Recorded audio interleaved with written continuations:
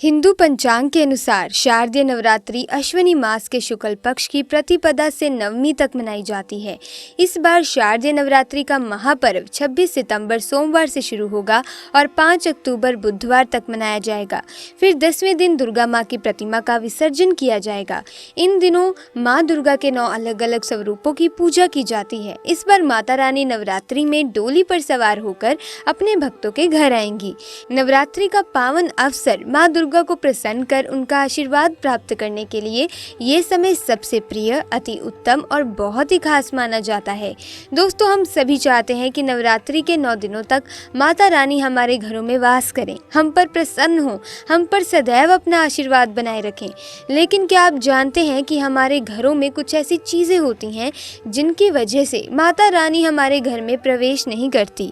माता रानी को साफ सफाई बेहद पसंद होती है। दोस्तों, टूटी फूटी खराब बंद चीजों के चलते घर में नकारात्मक ऊर्जा का प्रभाव रहता है और ऐसे घर में माता रानी का आगमन नहीं होता। दोस्तों, आज के इस वीडियो में हम आपको कुछ ऐसी चीजों के बारे में बताने जा रहे हैं जिन्हें नवरात्रि से पहले घर से बाहर निकाल देना सबसे उचित माना गया है। अगर आप इन चीज़ों को नवरात्रि से पहले घर से बाहर निकाल देंगे तो इससे आपको माँ दुर्गा का आशीर्वाद प्राप्त हो जाएगा, साथ ही आपकी आर्थिक समस्या भी दूर हो जाएगी। तो आइए शुरू करते हैं। दोस्तों, नवरात्रि के 9 दिन बहुत ही पवित्र होते हैं। नवरात्रि के 9 दिनों में आचार विचार और घर को साफ सुथरा और पवित्र रखना अति आवश्यक है। इसीलिए नवरात्रि के 9 दिनों में ब्रह्मचर्य का पालन किया जाता है और तामसिक भोजन ग्रहण नहीं किया जाता। नवरात्रि के 9 दिनों में माता रानी के भक्तों को प्याज, लहसुन, मांस, मदिरा और अंडे से दूर रहना चाहिए। अधिकतर भक्त इन नियमों का पालन भी करते हैं, लेकिन वो एक गलती कर ही बैठते हैं। वो नवरात्रि के 9 दिनों में अपने घर इन अपवित्र चीज़ों को रख लेते हैं। ऐसा भूल कर भी नहीं करना चाहिए। भागवत पुराण के अनुसार नवरात्रि के 9 दिनों तक माता रानी अपने भक्तों के घर में वास करती हैं। अगर आप भी चाहते हैं कि माता रानी आपके घर में वास करे तो आप अपने घर के वातावरण को पवित्र रखें और नवरात्रि शुरू होने से पहले ही अपने घर से प्याज, लहसुन, मीट, अंडा और मदिरा को बाहर निकाल दें। अपने घर को साफ रखें। दोस्तों, इन वस्तुओं को घर से बाहर निकालने के बाद अपने घर में गंगा जल का छिड़काव अवश्य करें। भगवत गीता में भगवान श्री कृष्ण कहते हैं कि बगैर गंगा जल छिड़के कोई भी मंगल कार्य सफल नहीं माना जाता। गंगा जल का छिड़काव स्वयं भगवत गीता में श्री कृष्ण ने बताया था, या फिर आप गौमूत्र का भी अपने घर में छिड़काव कर सकते हैं। बस थोड़ा सा पानी में डाल लें और पानी का छिड़काव करें। इससे आपके घर का वातावरण पवित्र हो जाएगा, घर में मौजूद नकारात्मक ऊर्जा भी नष्ट हो जाएगी और जिस घर में वातावरण पवित्र होता है और नकारात्मक ऊर्जा नहीं होती है, वहाँ माता रानी का वास सदैव होता है। नवरात्रि के पहले आप अपने पूरे घर की अच्छी तरह से साफ सफाई कर लें। घर में जो भी फालतू कचरा सामान है, कटे फटे पुराने कपड़े हैं, उन्हें बाहर कर दें। घर में बेकार पड़ा सामान नकारात्मक ऊर्जा को लाता है। दोस्तों, इसीलिए गंदगी बिल्कुल भी ना रखें। धूप दीप जलाकर वातावरण को स्वच्छ रखें। दोस्तों, माता के आगमन के लिए घर का दरवाजा जरूर सजाना चाहिए। इससे माता आकर्षित होती हैं और घर के द्वार में प्रवेश करती हैं। माँ के आगमन के लिए द्वार को फूलों से सजाना चाहिए। दोस्तों, कई लोग ऐसे हैं जो माता रानी की चौकी कागज बिछाकर बनाते हैं, जो कि बिल्कुल गलत माना गया है। माता की चौकी के लिए आप नीचे लाल कपड़ा ही बिछाएं। काला कपड़ा और सफेद कपड़ा भूल कर भी ना बिछाएं। ध्यान रखें, कपड़ा फटा भी नहीं होना चाहिए। दोस्तों, अगर आपके घर में देवी देवताओं की खंडित मूर्तियाँ या फिर फटा हुआ कोई चित्र अगर हो तो उसे किसी पवित्र नदी में दोस्तों विसर्जित कर दें, क्योंकि ऐसी मूर्तियां और चित्र दुर्भाग्य लाती हैं। देवी देवताओं की खंडित मूर्ति की पूजन ना करें और ना ही उन्हें घर में रखें, क्योंकि उन्हें घर में रखना बुरा माना गया है। दोस्तों, वहीं अधिकतर लोग अपनी छत पर या अपने घर के मुख्य दरवाजे के आसपास कबाड़ इकट्ठा कर देते हैं।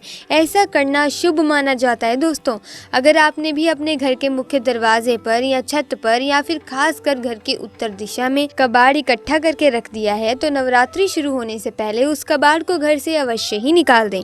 दोस्तों, यदि आपके घर में कोई बंद घड़ी है तो नवरात्रि शुरू होने से पहले उसे अपने घर से हटा दें और नई घड़ी ले आएं या उसकी मरम्मत करवा लें। घड़ी को प्रगति का प्रतीक माना जाता है। बंद घड़ी समय से पीछे चलने वाली हमारी प्रगति में बाधा डाल सकती है। इसीलिए नवरात्रि शुरू होने से पहले ही आप बंद घड़ी को घर से बाहर निकाल दें।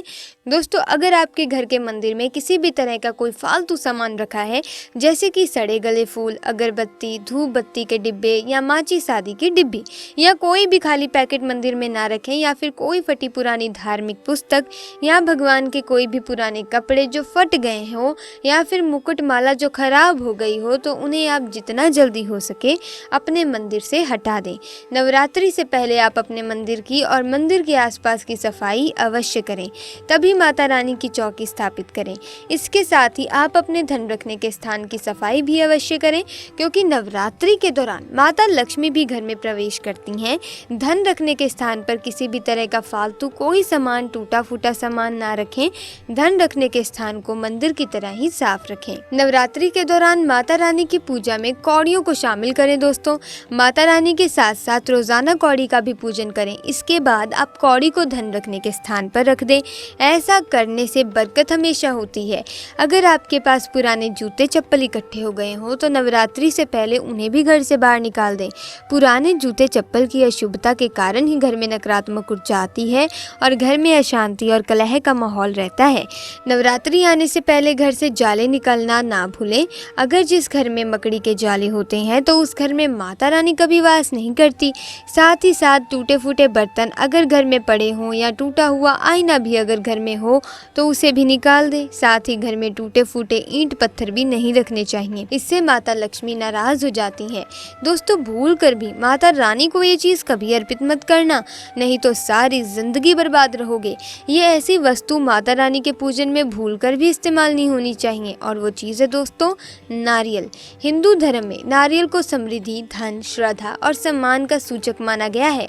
नारियल को श्रीफल भी कहा जाता है। नारियल को सुख समृद्धि में वृद्धि करने वाला माना गया है। नारियल का हर मांगलिक कार्य में विशेष महत्व होता है। जैसे कि आप सभी जानते हैं कि माता रानी के कई मंदिरों में नारियल से बलि दी जाती है और माता रानी के पूजन में नारियल का इस्तेमाल हम सभी करते हैं। खासकर कलश की स्थापना नारियल रखकर ही की जाती है। माता रानी के पूजन में भी नारियल इस्तेमाल करते समय कुछ हम गलतियां कर ही बैठते हैं। दोस्तों, नारियल कई प्रकार के होते हैं, एक हरा, दूसरा सूखा जिसके अंदर पानी होता है। जिस नारियल के अंदर पानी होता है, माता रानी के पूजन में सदैव पानी वाला और जटा वाला नारियल ही इस्तेमाल करें। नारियल का पूर्ण होना ज़रूरी है, यानी नारियल कहीं से चटका हुआ या टूटा हुआ नहीं होना चाहिए, क्योंकि साबुत नारियल ही पूर्ण और पवित्रता का प्रतीक होता है। साबुत नारियल ही सुख समृद्धि का प्रतीक होता है। साबुत नारियल को ही श्रीफल यानी कि माँ लक्ष्मी का फल भी कहा जाता है। नवरात्रि में माता रानी के कलश की स्थापना करते समय जटा वाला यानी कि पानी वाला नारियल ही कलश पर स्थापित करना चाहिए। साथ ही ये ध्यान रखना चाहिए कि नारियल को सदैव कलश के ऊपर लेटाकर ही रखना चाहिए। घट स्थापना करते समय कभी भी नारियल को खड़ा करके नहीं रखा जाता। नारियल को सदैव लेटाकर कलश के ऊपर ही रखा जाता है। साथ ही नारियल को स्थापित करने से पहले आप नारियल को लाल कपड़े में लपेटकर उस पर और फिर लाल चुनरी उड़ाकर आप नारियल को कलश के ऊपर स्थापित करें। शास्त्रों के अनुसार कलश के ऊपर जब सही तरीके से नारियल रखा जाता है तभी व्रत और पूजन का पुण्य फल प्राप्त होता है। ये भी ध्यान रहे कि महिलाएं माता रानी को नारियल अर्पित तो कर सकती हैं, लेकिन कभी भी माता रानी के सामने नारियल को भूलकर भी नहीं तोड़ें, क्योंकि नारियल बीज रूप होता है और स्त्रियां बीज रूप से ही शिशु को जन्म देती हैं। इसीलिए कभी भी महिलाओं को नारियल नहीं तोड़ना चाहिए। तो दोस्तों, ये थी आज की ज्ञानवर्धक वीडियो। अगर वीडियो अच्छी लगी तो वीडियो को लाइक और चैनल को सब्सक्राइब करें। आपको नवरात्रों की हार्दिक शुभकामनाएं।